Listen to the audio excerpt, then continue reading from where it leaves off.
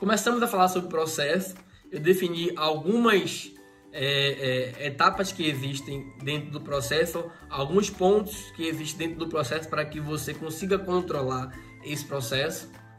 E então agora estamos falando sobre como eu consigo automatizar esse processo e deixar ele rodando de forma automática. E para isso eu adicionei o controlador e o somador. Por que o controlador?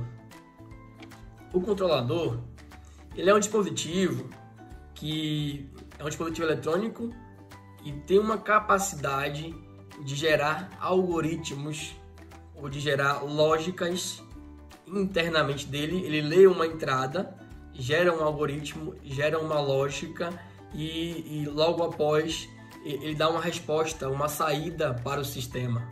Então, para mim aqui é interessante ter um dispositivo desse, porque o meu controlador, ele vai ler o valor de set point, que eu já setei, que é 240 graus.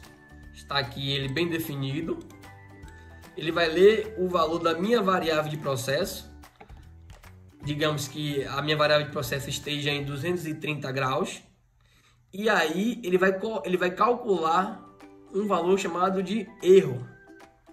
E é justamente com esse erro que ele vai definir qual a saída que ele vai mandar para a variável manipulada ou para a válvula de vazão de gás. Então aqui, ó, lembra que eu falei bem no início, o erro, ele é então a diferença entre o valor medido, ou seja, o valor da nossa variável de processo, e a referência, o valor medido, que é o valor real do processo, e a referência.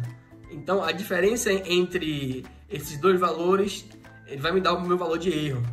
Esse valor de erro, ele é representado, vou colocar ele aqui de forma representativa, aqui, ó, na saída do somador.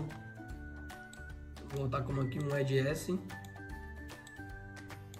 Então, na saída do nosso somador, entrada do controlador, é onde é representado esse valor do erro.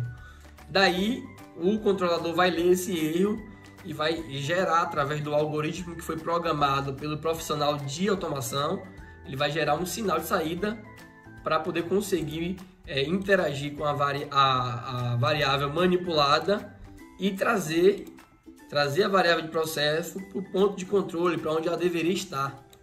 Entendeu? E dessa forma a gente consegue controlar o processo de forma automática. Eu vou retomar.